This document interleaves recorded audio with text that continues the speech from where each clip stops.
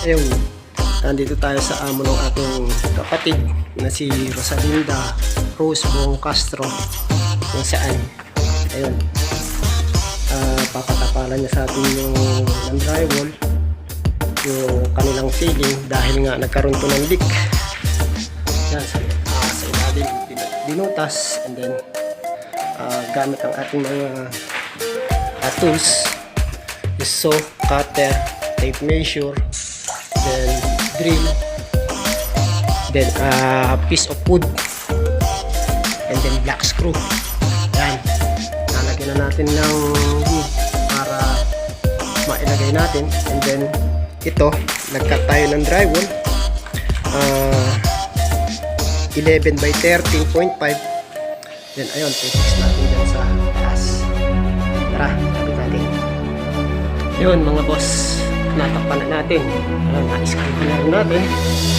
Yan. And then i-drywall compound na lang natin kung saan yung tinatawag na ating matting, masilya. Then ito naman yun sa side natin.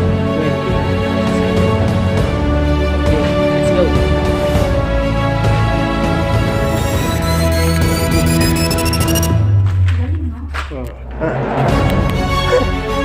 Ayun mga boss, tapos na natin siyang recording. Yan, sinabi natin ng contact kanina ay pagkumay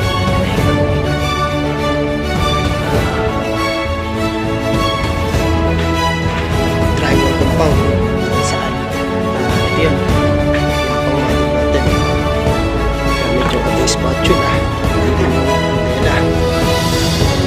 Itong kabila, ayan mga boss, kasalukuyan natin pinipinturahan.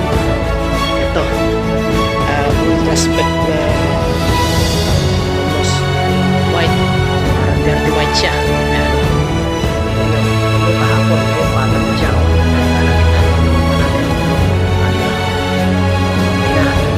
Ito naman, almost ano siya, pang paint siya. Sa system paint, kasi pagka hindi na rin kamukaya, ayaw, patay tayo sa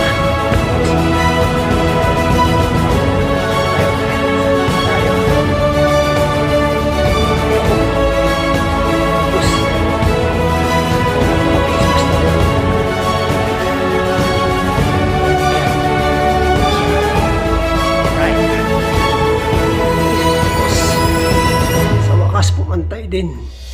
Ang tagal matuyo ng ating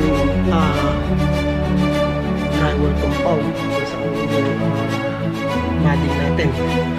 Ginamitan na natin ng blower para mabilis siyang matuyo. At last, pumantay din kasi napakaselan talaga dito. Kailangan pantay na pantay, patag na patag. Wala kang makikitang bukol. Ayan o. Ayan. Tagal. Kahapon pa natin minading yan, kaya lang talagang bukol-bukol siya. Then nilihan natin.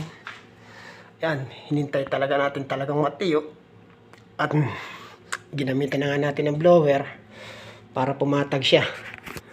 Dahil parating na raw yung boss niya.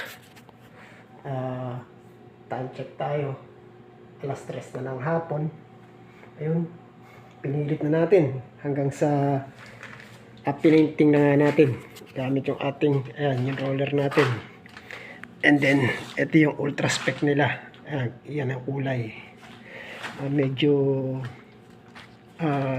dark cream, para siyang cream na dark. Yan, yan. Ayun, ngayon okay na, pantay na. Ayun, pantay na. Salamat, thank you Lord.